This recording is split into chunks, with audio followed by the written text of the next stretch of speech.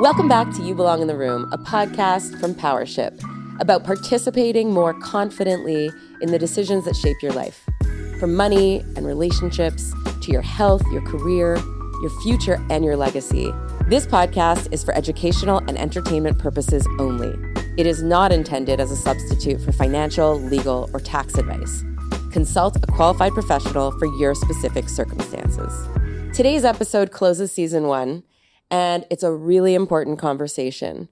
Over the season, we've talked about all these topics: power, money, relationships, support systems, and participation. And this conversation brings all of those themes together in a very real way.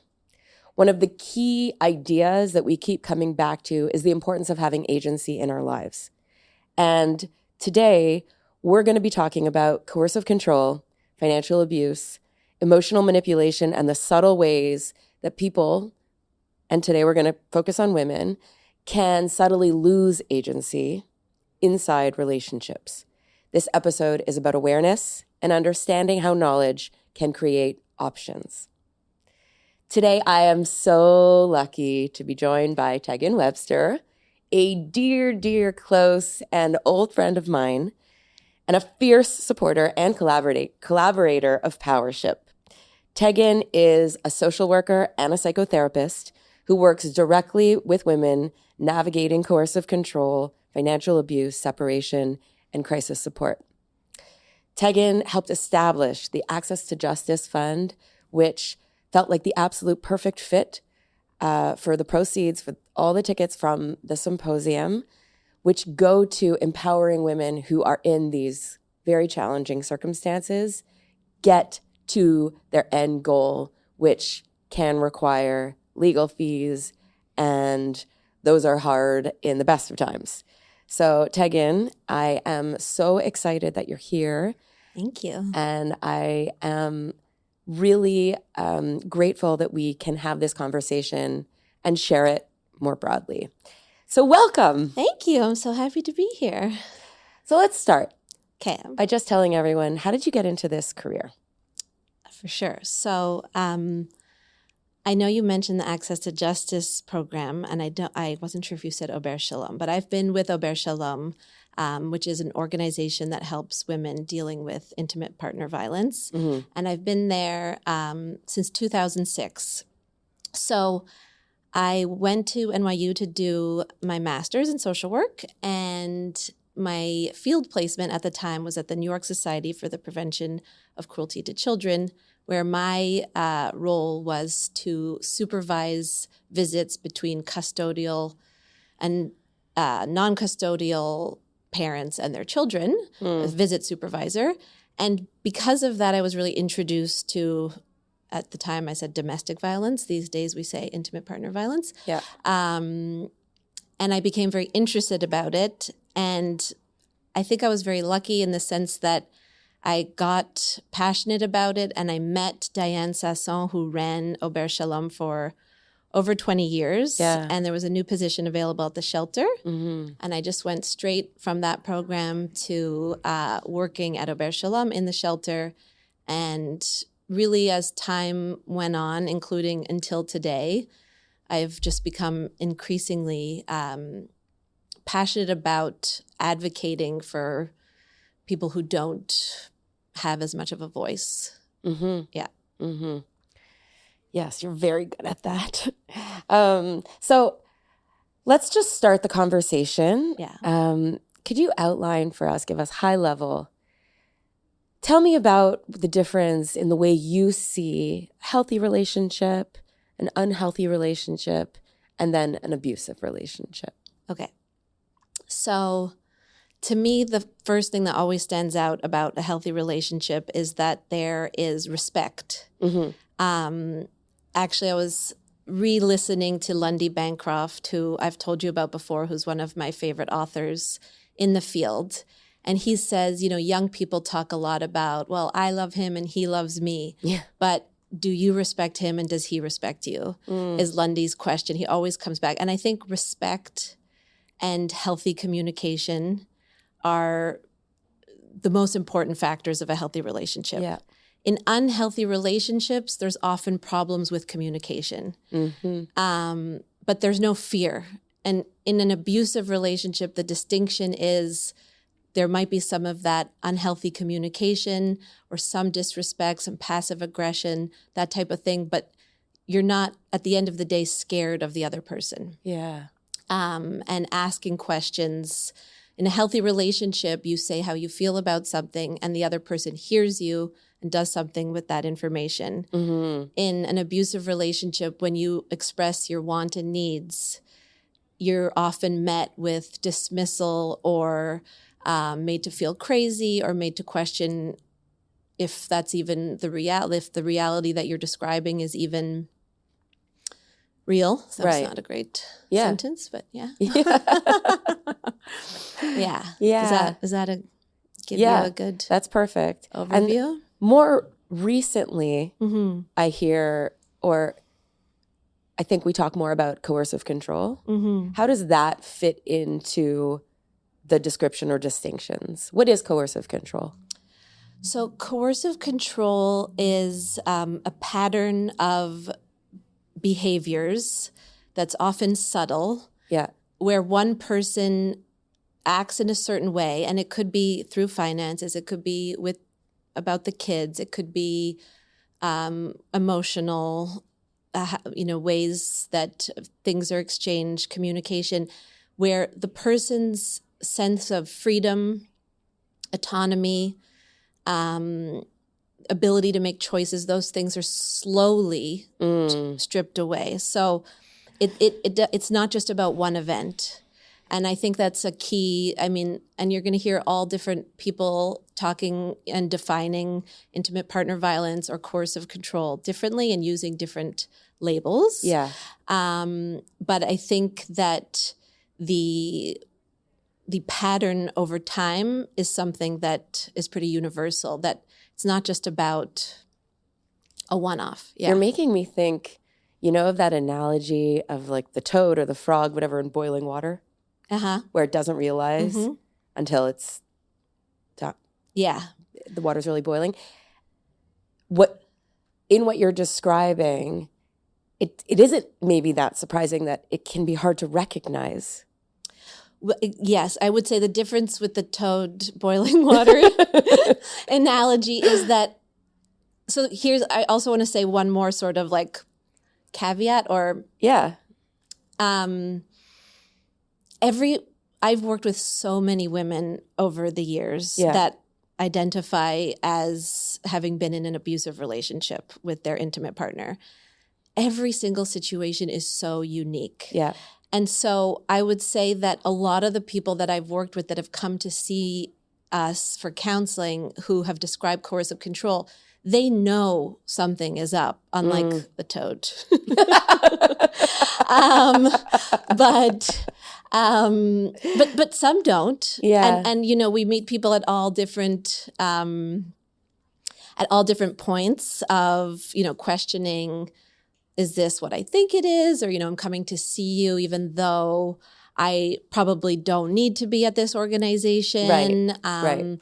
That kind of thing. So people are we're working with clients where they're at, but yeah. Yeah. No, I think that also maybe the label of it makes it such that like you could think that your situation is hard or recognize that there's patterns that are unhealthy without feeling like you deserve to be getting help or support from Uber Shalom because... Well, and the thing about coercive control is that, let's say with a financial example, if it started off by something very innocuous, like your partner saying to you, would you like me to take this off your plate?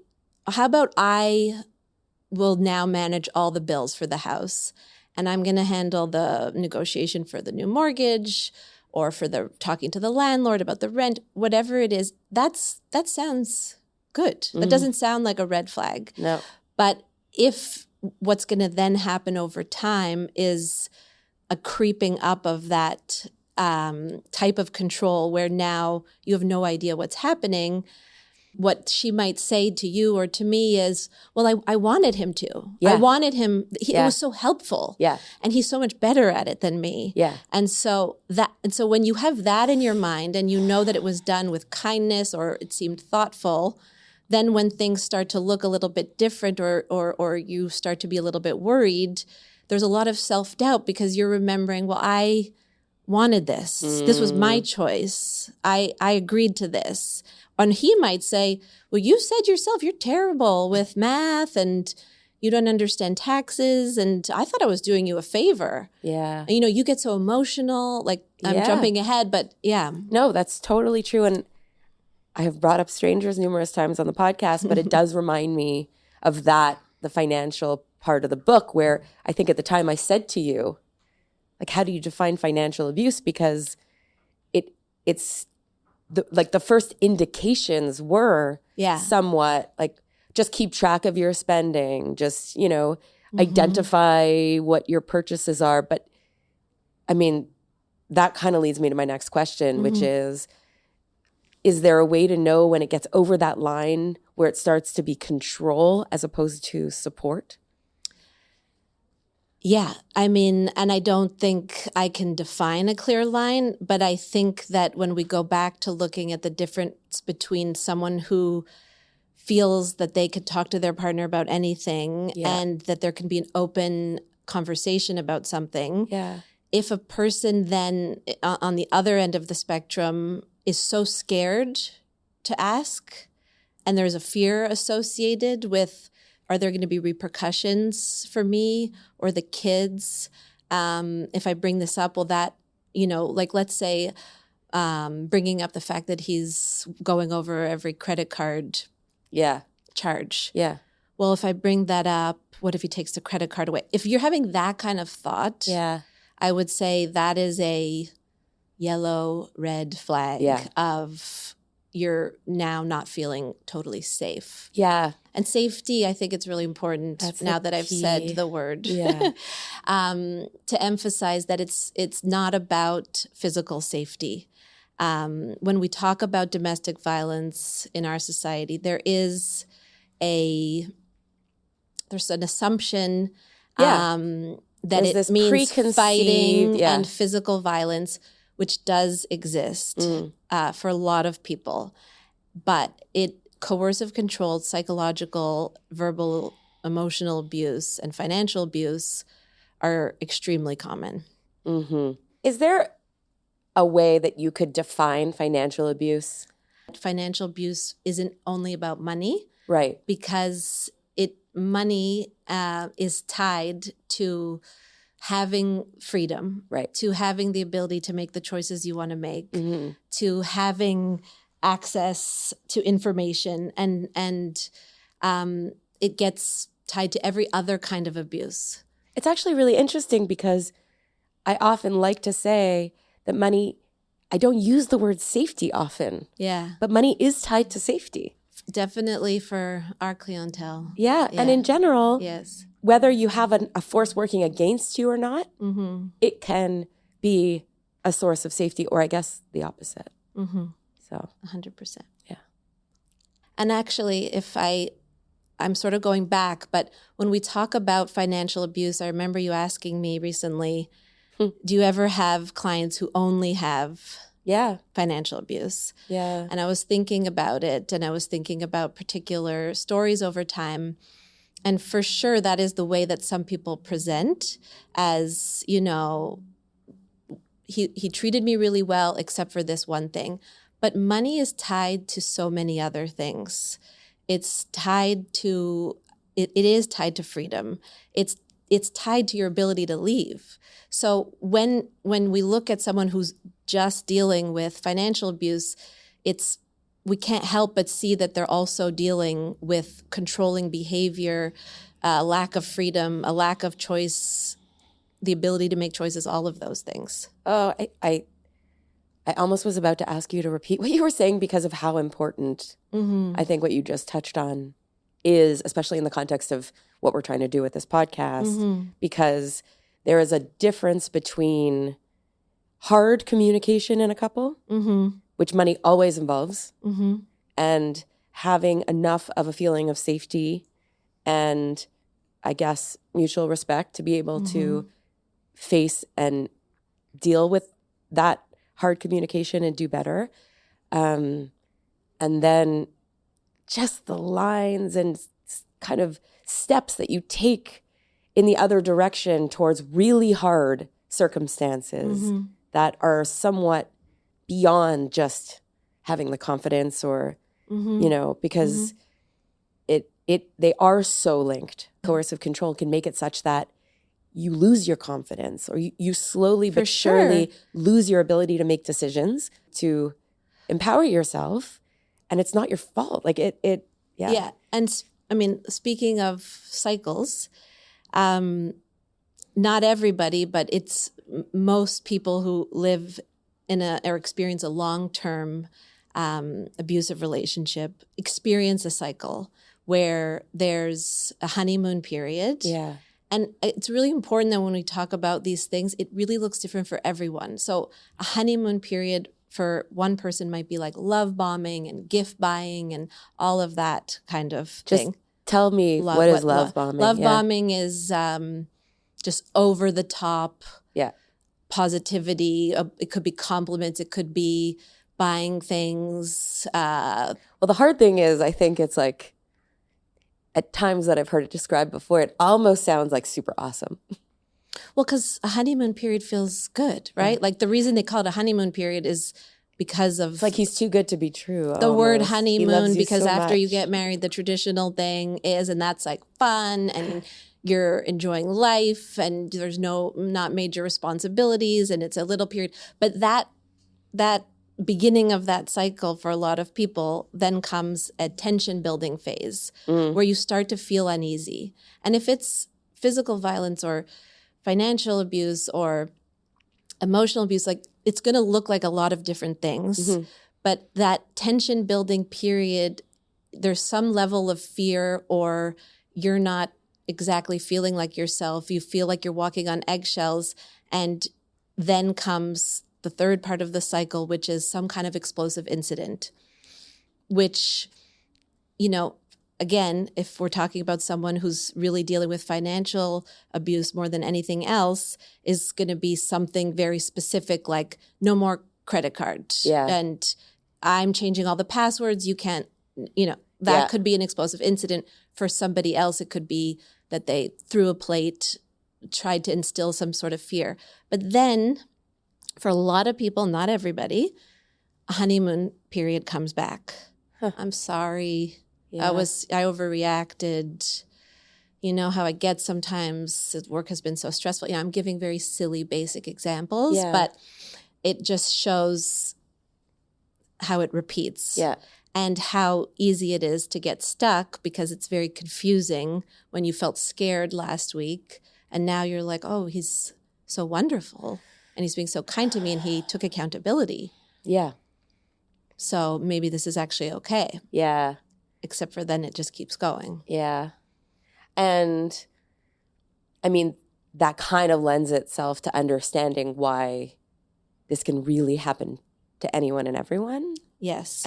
Because I was going to say, does it matter what your upbringing is, or maybe what your kind of where you are in society or your education? Like, yeah, I'm happy that you bring that up, because it's really, I think especially perhaps for your listeners or your audience to know how much it affects everyone, and it exists everywhere. Yeah. And it might look different culturally. And sure, of course, someone's childhood, you had some other podcast guests who talked about emotional blueprint. Yes. Mm-hmm. And how, you know, how having good parents and a good upbringing can really shape perhaps how you choose a life partner. But having a good upbringing and good parents who gave you all the love in the world, it doesn't mean you're immune to it. Yeah. Because when we look at people who are able to be controlling in that way, to want to have power and to dominate the other person, and I'm using strong words, but it could be very subtle, it doesn't matter it's very easy to get charmed by somebody like that and to be fooled. And also, I am rambling a little bit, but it is why people feel so alone and it's so isolating because of what that person appears to look like to the outside world. Right. It's like a completely different version. Yeah. Right. So just if we like key on what we can do to prevent, maybe, I don't even know if this is going to be true, I'm asking. Yeah. If you're financially empowered before or financially knowledgeable, let's say at a young age prior to being in this relationship, does that give you any kind of ability to navigate it more easily or maybe to leave? I'm curious. Yeah, I think it's a very good question, and I think it's also a very complex question to answer. Yeah. Because, yes, I think that any tools like that are something that's really positive in terms of, like it's the same thing as someone having really good self-esteem. Surely that should help make somebody who's going to find themselves with an abusive person who's trying to bring them down and shrink their world and make them feel small, having that good self-esteem, we think should combat that. This sort of feels like a version of what you're asking in finances. Yeah. In theory, yes. Yeah. But in practice, it doesn't always look like that because it really depends. Like a person who's in an abusive relationship is reacting to an abusive person. So they're just trying to cope with life and survive. So I do think that having the knowledge, let me just say, maybe I should re-answer this, but any amount of financial literacy, empowerment, education is a good thing. Just like knowing your rights, just like knowing, most people who are getting separated and divorced and in an abusive relationship, they've never dealt with court before. They've never dealt with the legal system. One of the first steps to empower someone is to help them understand this is how it works in Quebec. These are your rights.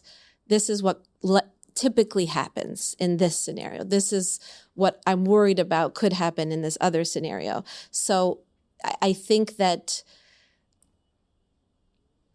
yes, it's better. Of course. But it doesn't protect you. But it's not like you give your kids this. Yeah.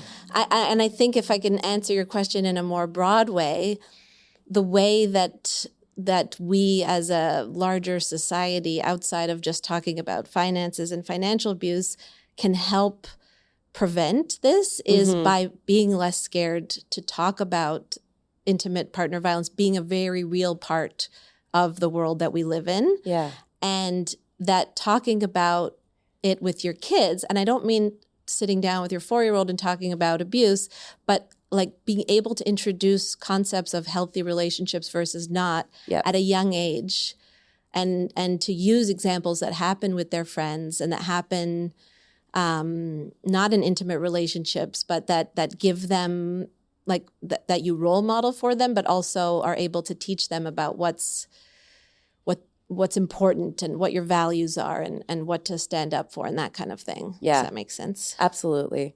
And it makes me think about the extent to which the topic of intimate partner violence is similar to money in the way that it's taboo and in the way that the fact that the silence around it allows shame to live. Yes. And how problematic that is. Yes. And so one of the antidotes, or things that we can and should be doing is acknowledging the importance of talking about money and the prevalence of intimate partner violence and the impact it has on one's ability, to live a happy free life with peace. Yeah. Just to go back, there's one question that I still am curious about. Sorry, yeah. Because when I think about control and this whole financial support idea, I do think that your earlier point about liking it, like somebody agreeing to it. Yeah. Yeah. I'm curious if you ever have conversations with clients about their emergency fund. Like from a practical perspective, when someone is leaving an intimate partner situation, are there any tips around the importance of building an emergency fund, or kind of like an account on the side that's only theirs in order to be able to survive financially afterwards? I'm like, maybe we should add that to our list of things. I think that we often, so we see people at different stages, but and so sometimes I have more of like a psychotherapy hat on, and sometimes I have more of a social work hat on. And when people are taking like a lot of practical steps and stuff needs to happen, they need a lawyer, they need a new place to live, that type of thing. And we're going to get into talking about money in a very practical way. Yeah. So I'm not necessarily saying like, and do you have an emergency fund? But we're talking about like, do you have a bank account that's only in your name, or do you only have the joint account? And getting advice based on the person's situation, and often we'll consult with lawyers to make sure, that let's say a client can go in and she's come to shelter or gone to stay somewhere else, and she's ending the relationship. And she's allowed to take half of what's in that joint account. Because oftentimes what happens is the opposite. So we're talking about it in more sort of like, how is this going to work in these next steps? Yeah. How are you going to pay for the lawyer? What resources in Montreal exist that we can use to help you? Like, we've discussed this before, but you're making me think right now about why someone who could potentially afford to have a private therapist or to consult someone privately and not through the public system, which can be hard to get access to, might still need and choose to work with Auberge Shalom or you, because this area is so incredibly specialized and hard to know, I think, if you don't have experience. And what happens sometimes is people start off with couples counseling, which can really go wrong for someone when there's a major imbalance of power, because they don't even feel in that setting like they can share in an open and safe way without there being fallout afterwards. And so, that sort of dynamic where the couple counselor is sort of saying, well, you both have been hurt. You're both expressing, and hearing both sides. You really have to have education or training that, we work with this, we call it trauma-informed lens. Yes. It means, really seeing the person and looking at a couples counselor would have to be able to say, okay, something seems off, and I think I might need to speak to her alone. And the reason that sometimes therapists will refer to us is because it's all we do.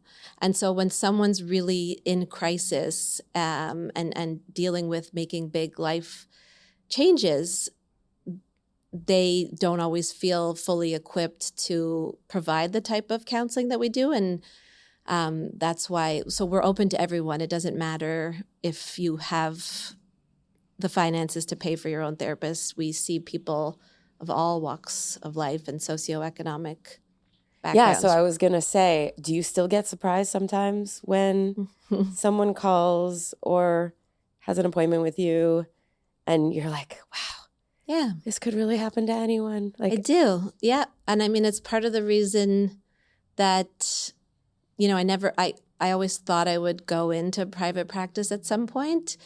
But our clients are so inspiring and it's so rewarding. And so being able to become more and more specialized and kind of changing with the times, like we didn't used to use the word trauma informed. That's something that came, I'm going to say like 10 years ago. I'm not entirely sure. But yes, I still get surprised all the time. Yeah. I even though I understand the statistics and I've heard, horrific stories and complicated stories and stories that are confusing, I still all the time meeting new clients feel, yeah. I also, in the little access that I have kind of gained to hearing more women's stories, am blown away by the heroic behavior that exists, I think, and the inspiring stories. So part of that is what you addressed before, which is this vicious cycle. And I think that one of the key challenges about getting out of a situation like an abusive one is how that cycle can keep you in for. And so it leads me to want to talk about friends or family of someone who is in this type of situation, and how, like, how do you tell or coach or help people support someone they really care about, who like they see in this cycle? Yeah.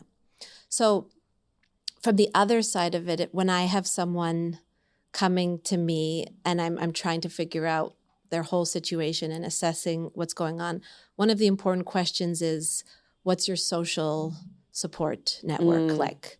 And if that person has felt a great sense of shame and secrecy where this is the first time they're talking about it, I would encourage them to open up to someone who feels safe. It's really, really important. And when you're the person who's been, somebody has come to you, your close friend, sister, family member, and sharing this with you, the most important thing is simply, it sounds so basic, but it's just being there and listening and not expressing judgment or, the classic sort of statements that I think people might read about this or even hear this and think, well, I would never say that. But there's this almost kind of human response that so many people with the best of intentions say, which is like, I would never be able to put up with that. I don't know how you've been. I can't believe you've been living like this. And I didn't know. And I'm so sorry, but oh my gosh, I couldn't. Like, that type of thing might just make the person more isolated because they feel some form of judgment and not being understood. So really what I'm getting at is the importance of being non-judgmental as the person receiving this, and also being aware that if you are the one and only person, which does happen for people, that they're not talking to multiple friends, that they're only talking to one trusted friend or support person, that it's too much to deal with on your own. There's a reason that organizations like Ober Shalom, there's many organizations like ours in the city that provide services for people who are dealing with intimate partner abuse, and help knowing that it's good to help your friend seek professional support, but it's also good for you to have then someone that you can speak to about what this is like, because it's normal to get burnt out by it. I'm kind of talking about the example as though, this first time, and so important to me, not non-judgmental. If you're having that conversation with a friend every single time you talk to them over a period of months, years, you can start to feel frustrated and burnt out. And you can say things like, and even with the best intentions and love of your friend, like, I can't talk to you about this anymore. Ugh. I'm so frustrated. I don't know why you haven't left yet. You say you want to leave, but you're not leaving. Or you say you want the financial situation to feel more equal, but you're not doing anything about it. Ugh. So being really careful of not getting to that point. It's like burnout in any profession or life situation. You have to be aware of your own limits of supporting.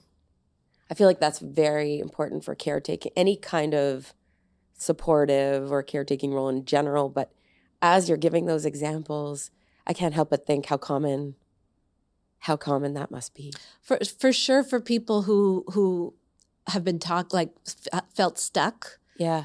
And are continuing to deal with abuse, yes, that's going to be common for the support network that's listening to that. It's I think the important takeaway is that it's really okay, and even more than okay, it's going to help your friend long term to be able to say, I hear you, and like, I'm so sorry that this is happening, or whatever feels appropriate. And then to say, I really want to help you get the right kind of resources, or I don't know that I'm the best. The same way, and you had Carly Flam as one of your guests, and it's something that Carly and I talk about, being able to say, like, this is something you talk about with Carly or with your lawyer.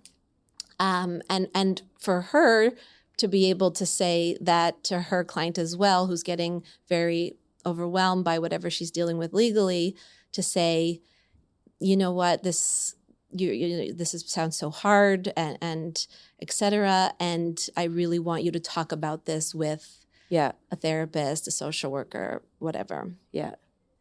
It almost reminds me of the classic, and we've discussed this more generally, the difference between what you expect from your friend when you call and you're venting versus someone who responds and trying to give you solutions. Yes. It's like, it's really easy to want to try to help someone. If somebody's asking for solutions, then, go online and you will find resources that exist for your friend. And the sort of the same way that, I talk about, like, meeting my clients where they're at and not labeling things a certain way if they're not ready to see it that way.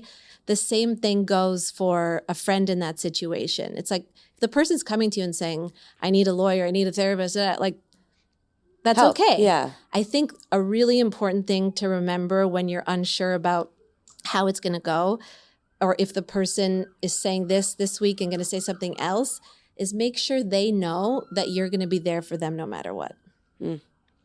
That if things look different next week or next month, you're still going to be there.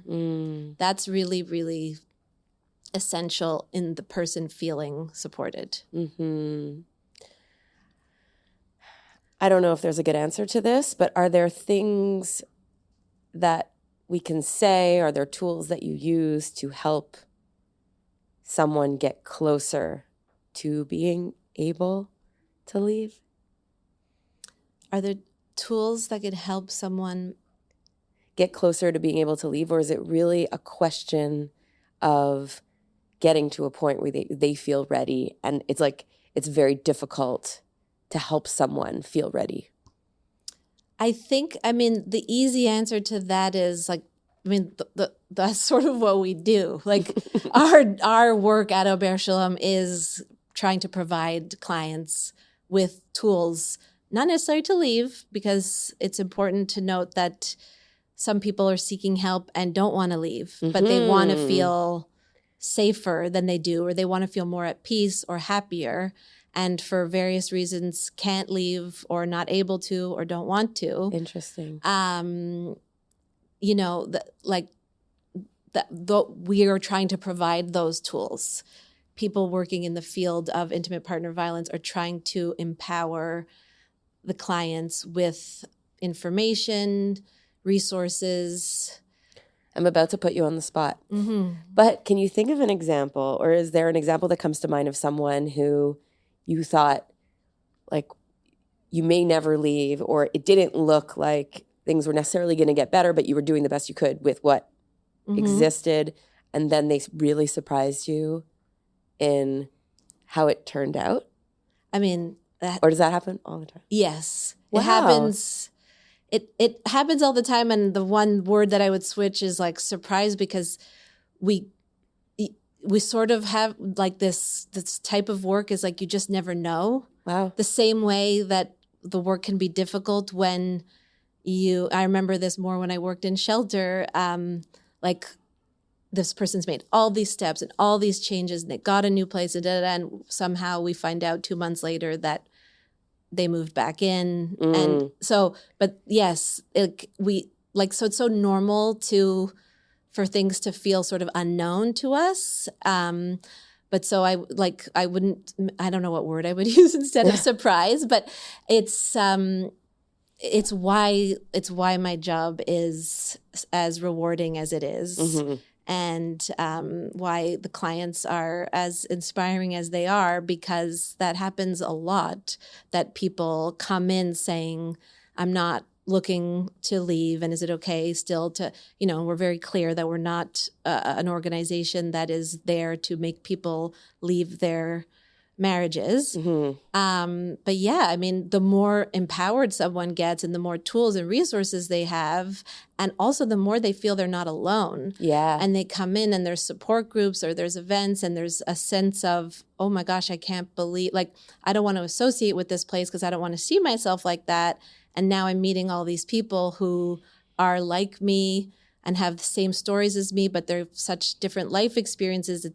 It's very therapeutic and it's very empowering. And so it's not that surprising that that person goes in a different direction after whatever amount of time and says, here's my update. So this makes me think of a piece of a conversation we've had before, which I think it's just important to tie into this because, like you said, everyone's story is different. It's incredibly personal. And and I think that there's this values piece that is attached to that, because what feels okay for me won't necessarily feel okay for you, right? Or vice versa. So a controlling behavior from my spouse could feel wonderful and or normal. Maybe not wonderful. Maybe not wonderful. Or normal and fine to someone else. So being in touch with ourselves and being vulnerable to express how we feel, and even having the confidence in our own emotions, is when you lose confidence in your own ability to assess. Well, right. And that is a fundamental element of when we're looking at very subtle coercive control or subtle emotionally abuse or manipulative behavior over time, that's exactly what happens to someone. They start to question their own reality because they felt one way, but then they've been told something else. Or don't you remember, something with finances, it's well, don't you remember you wanted me to? So don't come to me now and tell me that you want to understand this bill or this thing. And this was your idea. That's I'm exaggerating a little bit for effect, but that over time is what happens. It's why so many women in a first appointment, and I know my colleagues and I have discussed this, come in and say, I am really confused. And I don't know if I should actually be getting services from this organization. I'm sure you have people with much crazier, worse stories because they're thinking of physical violence and things that we see in the media. Yeah. And of course we do. We have all kinds of stories. There's no worse and better. There's no I don't really believe in that anymore. But that crazy making effect of being with somebody who's able to be very nurturing and loving and seem a certain way, but then is getting a little bit more and more control over the way that you live your life, which, if you don't want to be in the relationship anymore, ultimately limits your ability to leave. Right. It's very crazy making and it's very confusing. And being able for a woman to hear, this isn't confusing. What you just told me isn't, so many people say to me, oh, I must sound crazy what I just said to you. I can't even think straight. And I'm like, nope, you made perfect sense. I heard what happened at the beginning. I heard where you are now. It's good that you're here. I'm even going to bring up strangers, okay. Even though that's not abuse is not the topic of that book. No. Right? But in that book, there is a place where I remember the sense of relief I felt in reading it when the husband of a friend tells her that she isn't crazy and that what happened to her was unacceptable. Yes. And that the way her ex or whatever was behaving was objectively bad. Yes. And how uncommon. But that was very validating for her, right? So, yeah. And it made her feel like she wasn't hearing one person say that to you is very profound and meaningful. And so, it goes back to how to support someone. Like, it's okay to point out to somebody something that is concerning without saying he's awful and why are you with him? Being able to say like, oh, that does sound really, I could see how that might make you feel really confused or destabilized, because that is really different what he said. That, like, just pointing out, it's like validating, what we parenting books are talking about all the time. And it's such a simple tool, but it's very effective for someone to hear their own reality reflected back to them. That's very interesting, because it kind of really points to the fine line between what could constitute validation versus like jumping on the bandwagon and then judging and bad-mouthing maybe the behavior. And how one is good and one is bad, and could lead to, I want you to talk a little bit more about isolation and the impact that isolation plays in this dynamic. Both, I think it could be intended, right? On the one hand. And then I'm also thinking maybe someone retreats. Of course, for sure. Both definitely happen.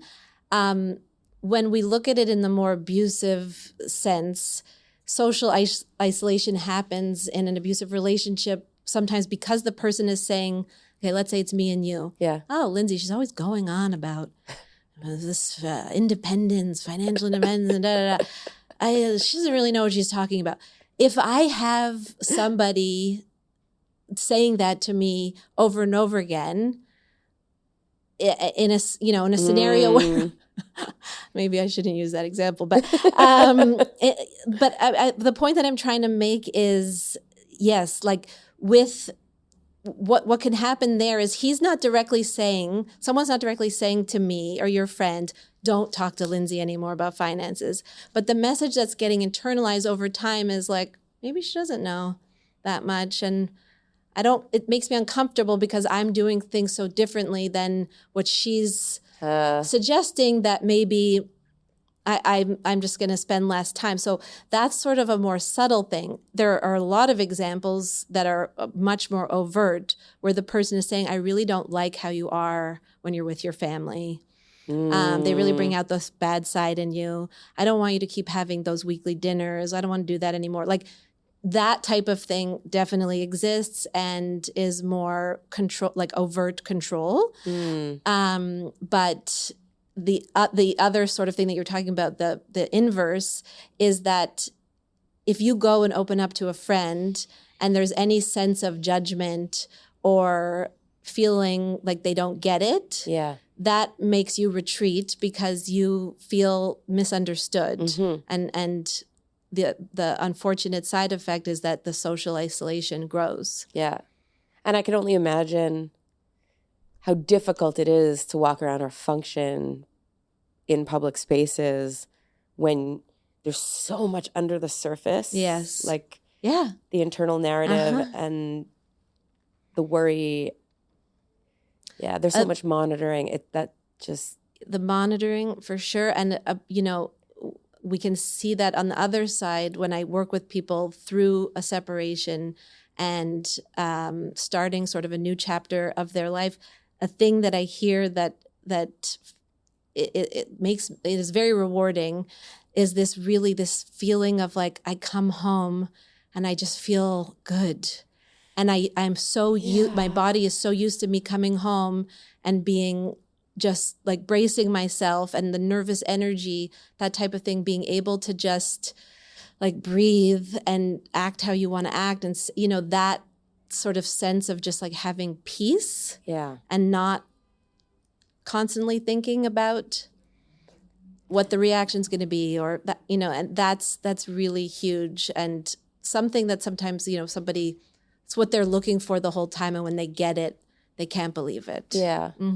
I think that it's such an important point, and the reason this conversation is so important is because, of course, we started off the season talking about a lot of our inner dialogues and our own experiences, and we've built up through some of the tools that we need to learn about in order to do better financially. All these things are challenging. Our relationships are challenging in the best of times. Our inner dialogue is challenging at the best of times. Developing the skills, the tools, and the confidence and comfort to face legal concepts and financial concepts, that's hard. So if on top of that or underlying that, you don't have the space or safety in your own home, like in the most comfortable, what's supposed to be the safest place, then we need to acknowledge that that is happening and that that exists. Yes. Because otherwise it's impossible.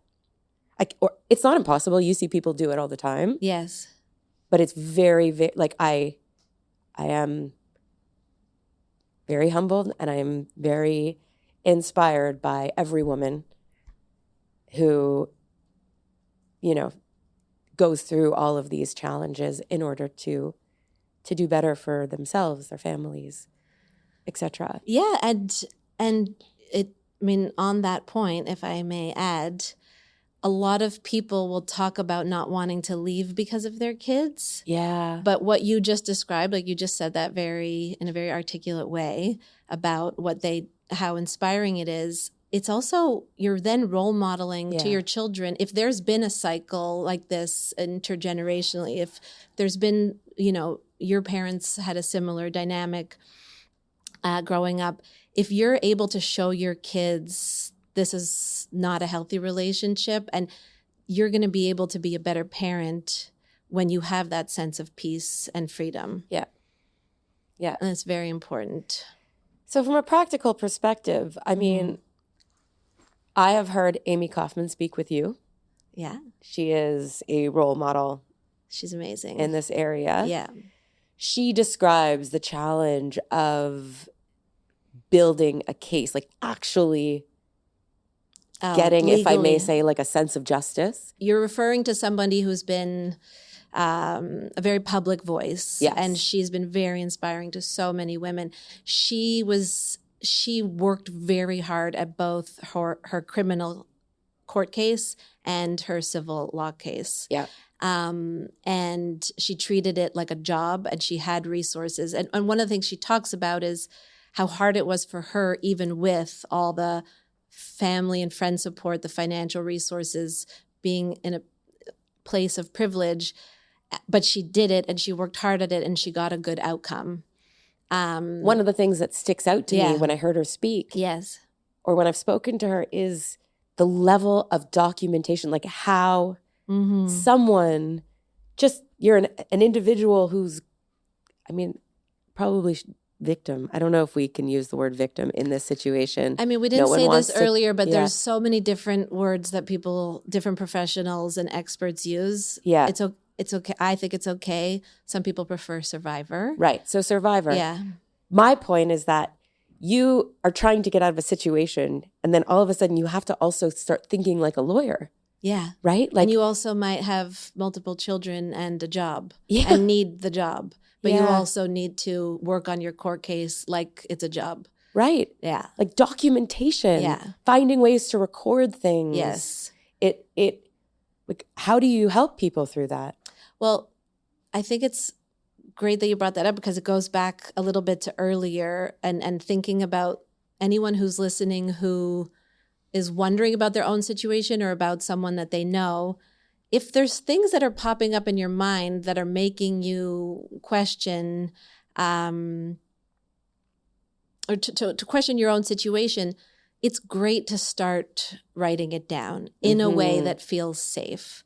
If we're talking about people who are in not particularly safe situations, don't advise them to start going on their computer. Like, we want safety to be the most important thing. Yeah. So if your friend is in a very dangerous situation, don't necessarily text her something about intimate partner violence laws and she's being monitored or whatever. Yeah. However, understanding with taking safety as number one, that documenting the things that are happening in your relationship and the questions that you have and the things that your partner has said over time. And even if you're remembering something that was said a year ago, and you're starting to think about not wanting to be in this relationship, write down in whatever safe journaling method, computer, whatever it is for you. Like last December, I remember he threatened that if I did this financial consequence would happen. Mm-hmm. Those things are actually very helpful to create a timeline. Oh, they are. Yeah. Yeah, they are. They are. Even just your own journal can It be. is, yeah. Because if it's coherent and there's a sense of chronology of how things started and then changed over time, it can be helpful. I mean, very much depending on what exact situation we're talking about, but it's never a bad idea to document. Yeah. When there's red flags or potentially red flags. And I guess that's like includes screenshots of text messages or I don't know, voicemails or recordings or Yep. That stuff all gets used these days. Hard. I think it's like I don't want to come on here and tell people to start taking tons of screenshots of. I mean, the better thing if you're at all worried about your safety is a good piece of advice I can give is don't be the one sending the texts. Right. Getting into a crazy argument about finances or anything else over text messages where something can be taken out of context and used against you. But certainly in today's world, text messages and all that stuff, people record each other during fights. But it's... Yeah. I mean, and if we move to the kid piece, because I think this is a really hard piece. I love what you just said about how you being an example for your children, like, because the same thing applies to money. Like part of how I try to tell people an accessible way to encourage them to do better is you could help your children do better. Yeah. So that really resonates. Yes. And at the same time, it has to be incredibly challenging even after.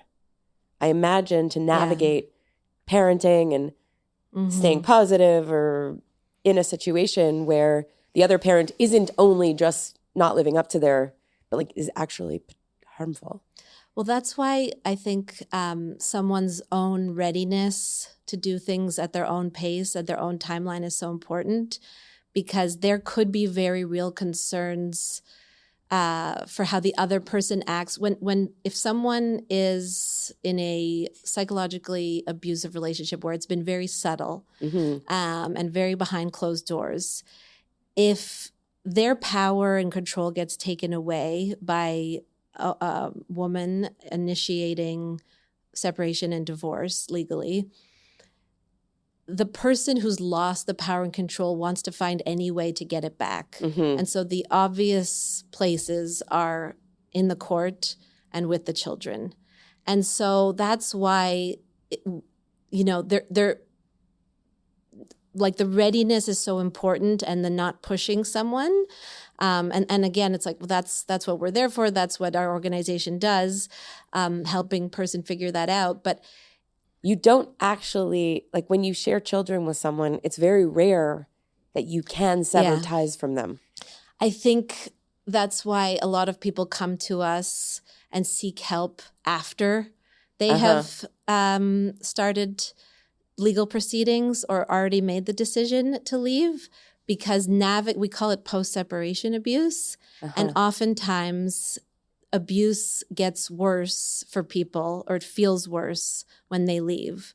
So, the expert I was talking about earlier, Lundy Bancroft, he often says, it could be dangerous for you to be telling your friend to leave. It might not be like you have to get the information back to empowering yourself and understanding your own finances, what documents you need, how the legal system works. You want to do it in a way that feels safe for you. And 100%, what you're saying about co-parenting with someone who has been abusive is very challenging. There's services and support for that. I think it's so important to have either social support network or people that you can rely on. So if I just loop it back to your original experience in New York, because when we were reminiscing, you were saying that in your kind of bright-eyed, Yes. you looked at 23, these yeah. custodial visits and wondered to yourself, you know, well, was this guy so bad and why? Right. So I had a lens into sitting down with someone who was, allegedly mistreating their ex. And I would see what the report said in terms of what types of abuse.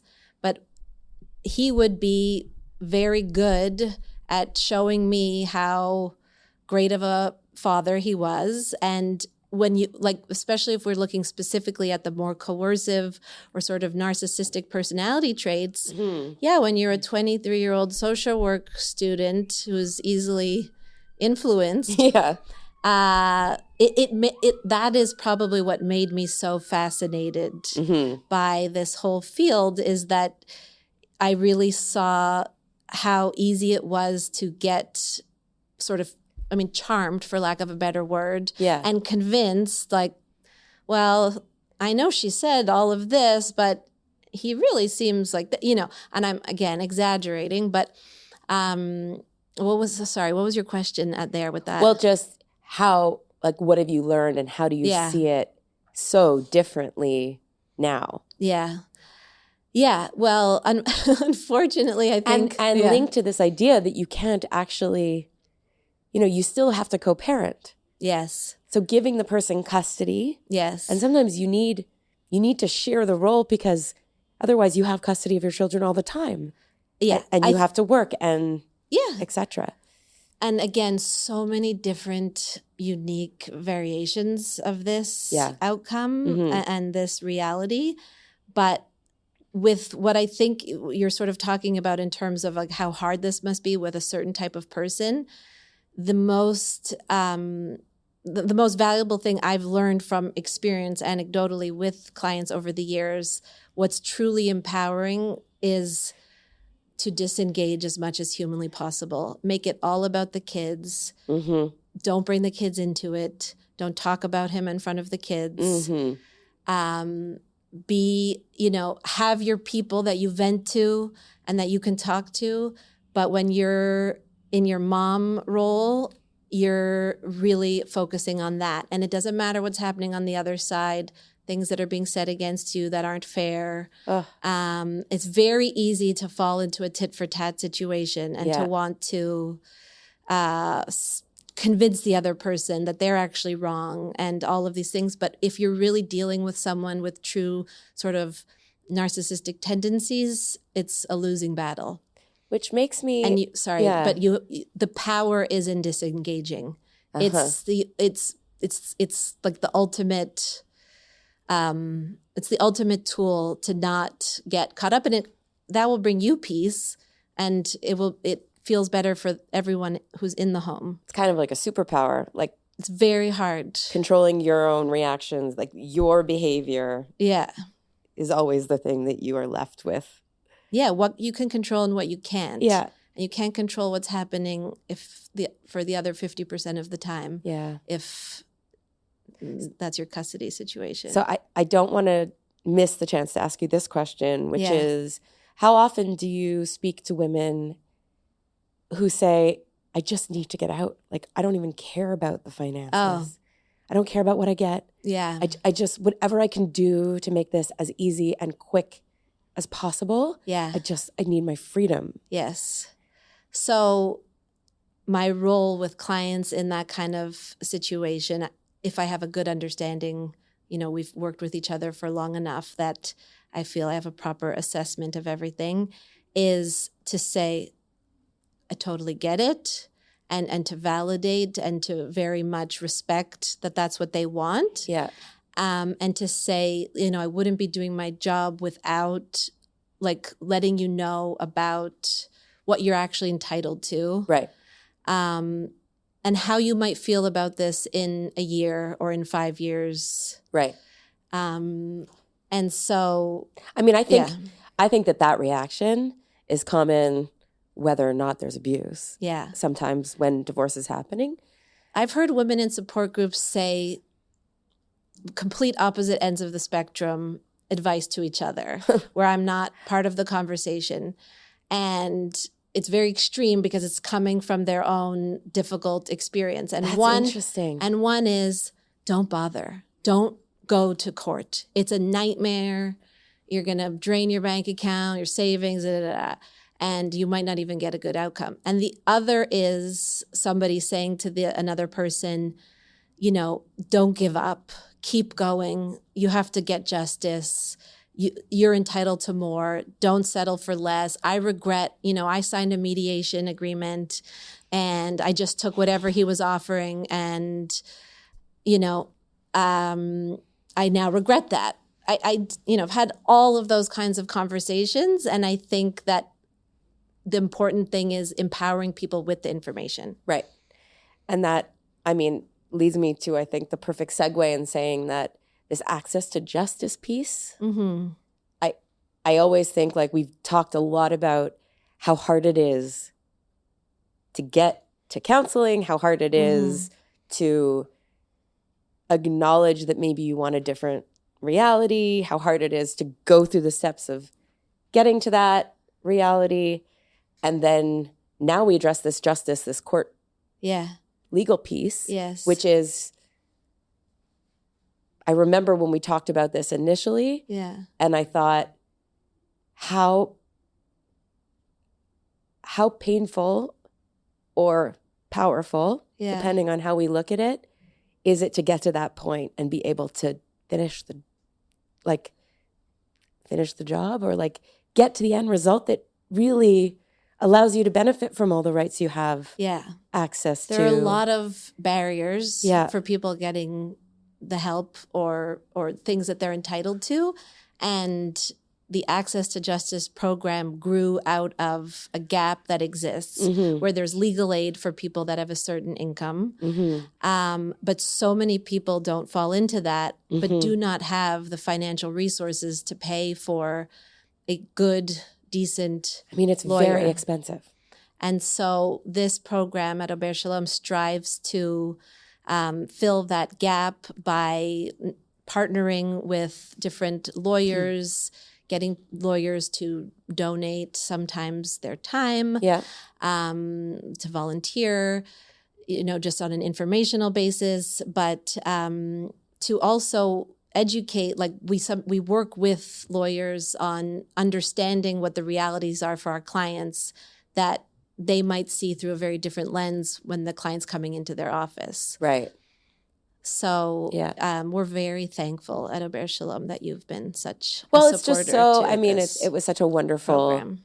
Match in the purpose of the work we're doing at Powership and the work you do, and specifically kind of giving more funds to this Access to Justice program that you have for your clients. And the symposium is the next step. Since this is the last season, this is the last episode of the season. So I'm really excited to just like tie that loop and also congratulate you at Auberge Shalom and all of your colleagues about the outreach that you're doing. Thank you. Because prevention is a big part of it. Yeah. And a lot of the programs, including Access to Justice, have to do with trainings and you know, prevention, advocacy, all of this kind of work. Yeah. So thank you so much for being here today. I know that I'm always learning whenever we speak, especially on this topic. And I'm sure everyone else did too. Thanks so much. My pleasure. Thank you. I think what's so powerful about ending this season with this conversation is realizing that all of these topics we've explored this season, money, relationships, power, legal structures, health, support systems, are not abstract. They shape people's safety, their autonomy, their confidence, and their ability to make decisions. And the difference between feeling trapped and feeling empowered starts with understanding what's happening, staying connected to yourself, and having the right support around you. This season was never about having all the answers. It's about helping women participate earlier, ask more questions, and feel more confident stepping into the conversations that deeply affect their lives. Because knowledge creates options and participation creates power. Thank you for joining us. To everyone who listened, shared episodes, supported conversations, and helped us build this platform, thank you for being a part of Powership. If this season resonated with you, please share it with someone you love. I know I love doing that. Feel free to leave a review and follow the podcast. For more information about the symposium, which we are so excited about, check out the website, powershipcollective.com, and follow us on Instagram at Powership Collective for news about all the new content and conversations coming up.